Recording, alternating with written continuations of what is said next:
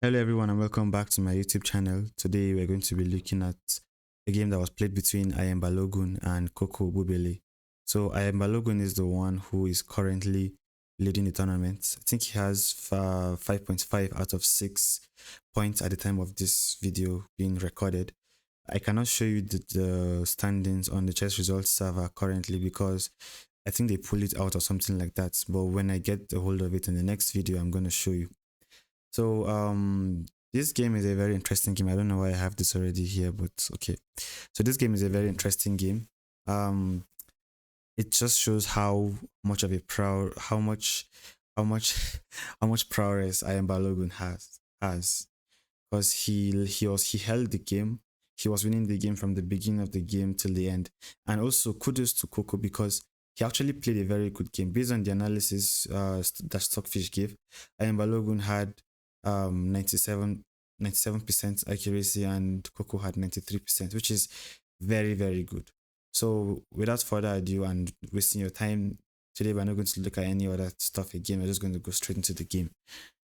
Okay, so the game started with e4 and then c6. Don't come after me. In the last video, I looked at the Karokan, but then that's not all of what I'm going to be looking at in this series. And if you haven't watched the last video, I'm going to put the link here or here. I have no idea where I left or right, but you're going to be able to watch the last video and then watch out for the rest of the videos coming out in this series. I might bring them out late because shooting this kind of videos can be very stressful, but I'll try my best to do as much as I can. So without wasting your time again, I know I've said that before. We started with e4 and c6. So we have the Caro-Kann on the board. And then we have d4, the normal response, and then pawn to d6. So pawn to d6 is a very interesting move. So this is kind of like transposition to what's the name of that stuff? The perk defense or the shake defense. Yeah. Sometimes black can play g6, bishop to g7, bring the queen to this square, and then pawn to e5. But I mean, if you wanted to play like the shake white, maybe it's just to play with the emotions of white, something like the psychology in chess. You never know. But then we had pawn to d6, and then we had pawn to c4. And this is what I always teach my students. See, when your opponent does not take control of the center of the board, what you want to do is you want to gain space. When your opponent does not fight for the center of the board, you want to fight for the center of the board. Okay. So we had pawn to g6. See, I said it. I prophesied it. And then we had knight to c3, bishop to g7, and then pawn to h3. Okay, so this is like the normal developing moves. Pawn to h3 is good because white wants to play knight to f3. It's like a prophylactic move. If you also watched the last video, you'll see what I mean by a prophylactic move. It's a move that you play to prevent your opponent from doing something or in preparation for what you want to do. Yeah.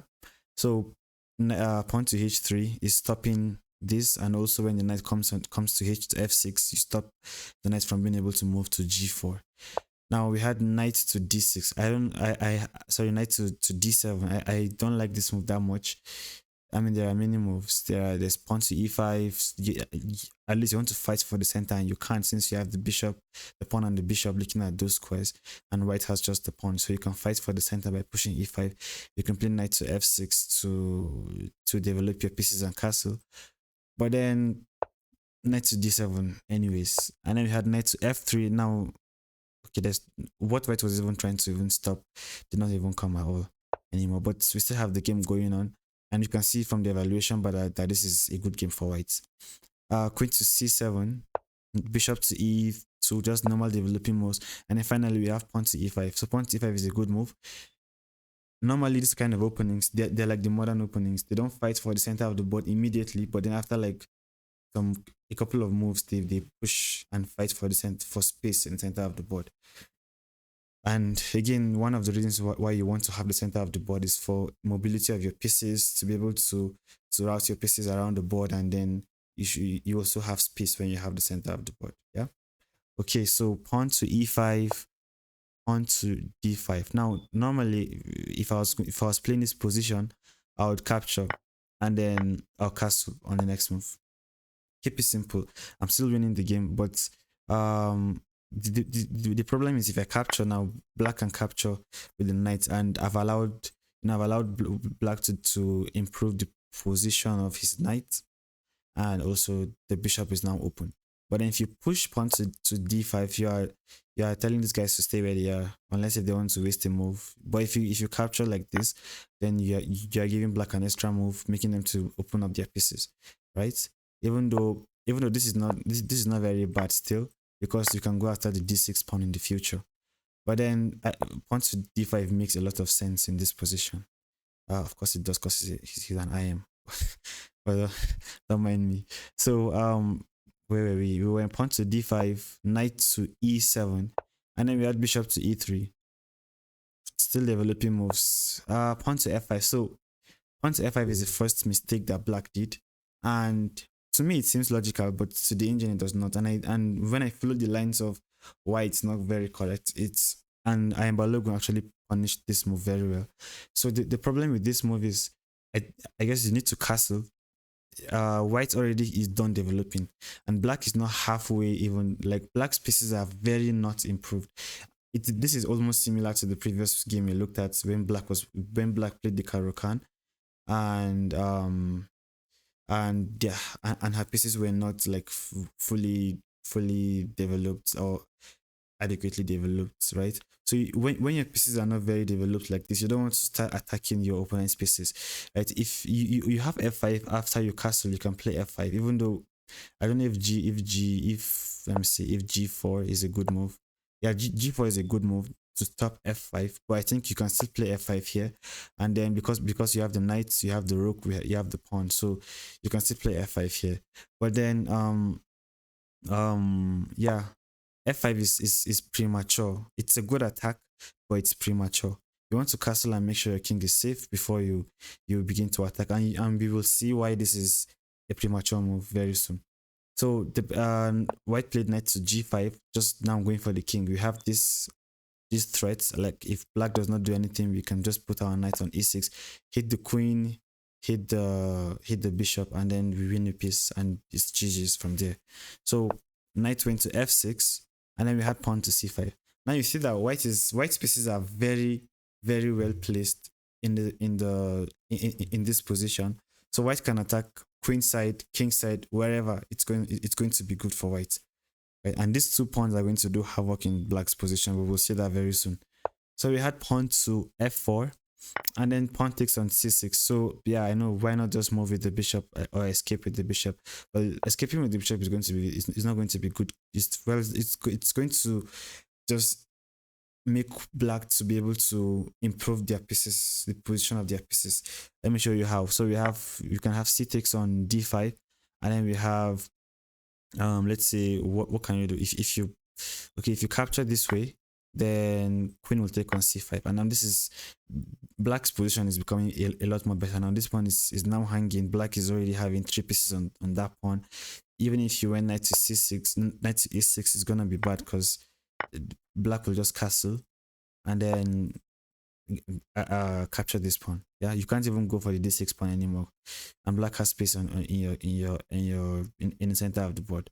So this is not what we want to happen, right? So this move comes with tempo, because the queen also attacks the d6 square, right? And if this pawn captures, it's going to be a fork. So even if this happened, which happened in the game, f took on e3, we had pawn takes, and you see these 2 pawns, they are very protected. Let me show you how. If you take like this, black loses the queen. If you black loses the queen. If you take this way, black loses the queen. If you, what else can you do? If you take like this, you lose the queen as well. Oh god, as well. And if you take like this, there's a very good move that white has. If you want to pause the video, you can pause the video right now and try and find the move. I'm going to give you 2 seconds. 1, 2. Okay, so if you're unable to find the move, it's fine. It's okay. I'll show you the move. Whites will have this move, and it's a pin on the queen and the king.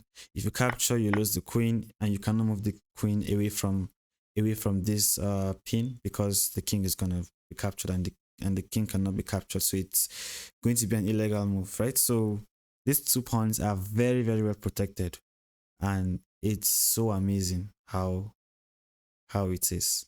And And Balogun actually is a monster in this tournament. He's just beating anyone that comes his way. Okay, so on took on f2, since you can grab any of these pawns. We had king to f1 and then queen to b6. So pawn took on e7, just grabbing material. Now there was a good move according to the engine for white. Knight to b5, and okay, this is not a very easy move to find. The idea behind this move is, apart from the fact that you are threatening to deliver a fork on the king and the rook, you're also threatening to play your queen to b3. Oh, I cannot play it now.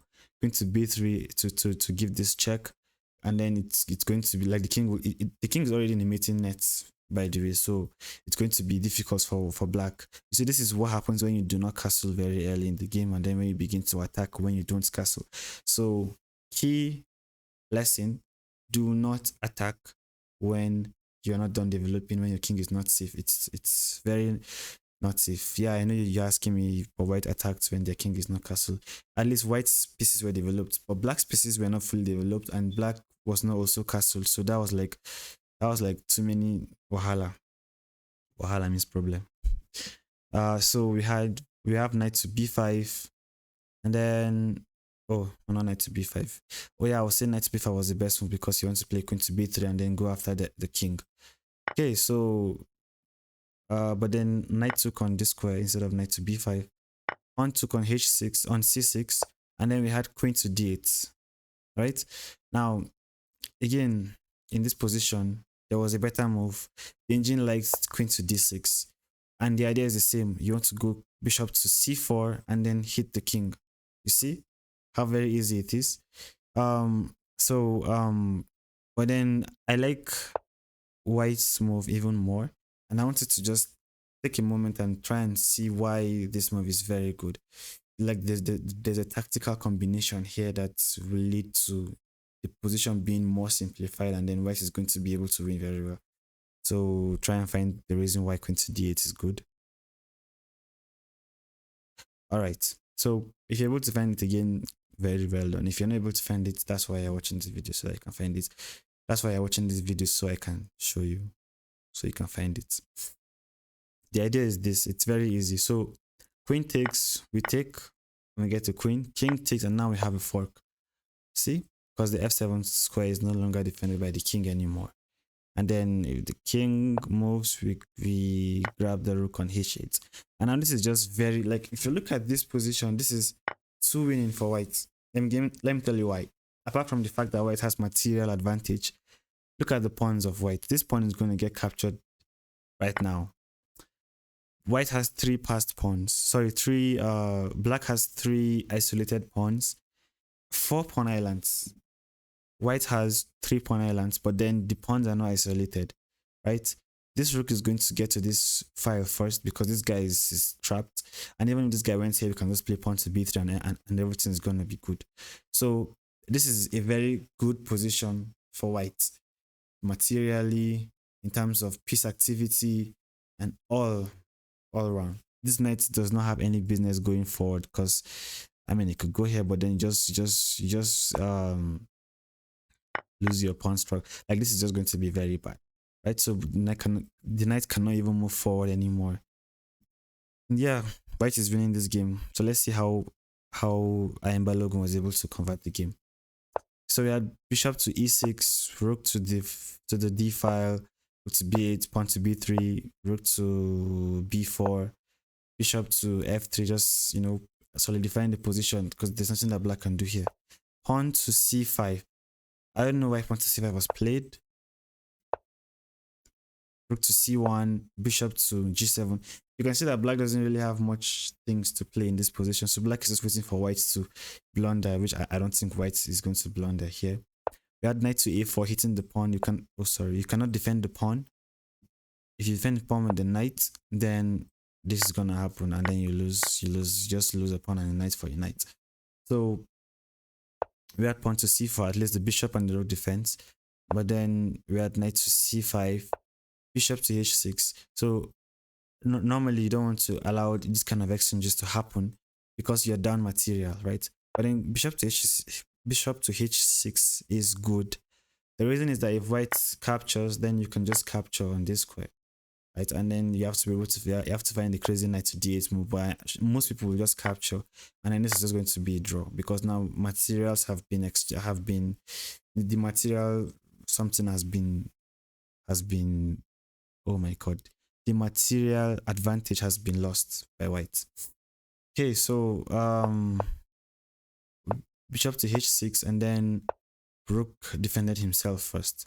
Then we had bishop back to g8. Again, you don't want to have these exchanges when you're down material because it's you need, since you're down in number of soldiers, you need to have the ones you can have in the game, right? Because if you exchange all of your pieces and you have a rook versus a bishop, it's not going to look good for you as black. Okay, so we had pawn takes on c4 and then rook check, king moves and then rook takes. So that was an equal exchange of pawns. Knight back to this square, hitting the pawn on d5 on e5. Then we had knight to this square. So that's to defend the pawn, of course. Pawn push. You see, the gameplay here is actually very easy for white. White has a ton of things that white can't even do in this position. You can go knight to b4, threatening this check. Like, there are many things you can do in this position, yeah, as white. Pawn to c5 is the best continuation. We have bishop to e2, knight to to b5 to b4, hitting the rook. Bishop check, king moves, and then the rook moved. Then we had knight to c6 check, king went down, bishop there, hitting the knight a second time and trying to grab this pawn. Knight captured on that square. We had rook check, king only has one move, and then rook went to f3, won the bishop. Boom. And then what happened? King went to g1, because if you move here, you are going to run into this check, this, and then this is good. Like, this is not going to look good anymore. Like, it's going to look as if black is going to come back, even though it's still winning for white still. But king to g1 is good because you can hide in this spot. Then we had rook captured. I don't know why rook captured. You don't want to capture though, because again you are down material. But I guess there was nothing much to play again for black.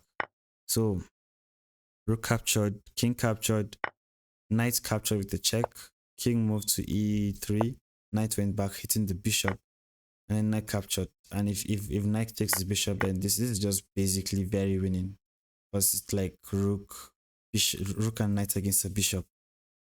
So we have bishop back, rook attack the bishop, pawn to a6, pawn, rook there check, king there, rook, knight to f7 check, king down, and this check, and black resigned here, because wherever you go to, you can just grab this guy, this, and this is there's nobody on. Okay, there's no, he's an IM for heaven's sake, so he's not going to lose in this position. Yeah.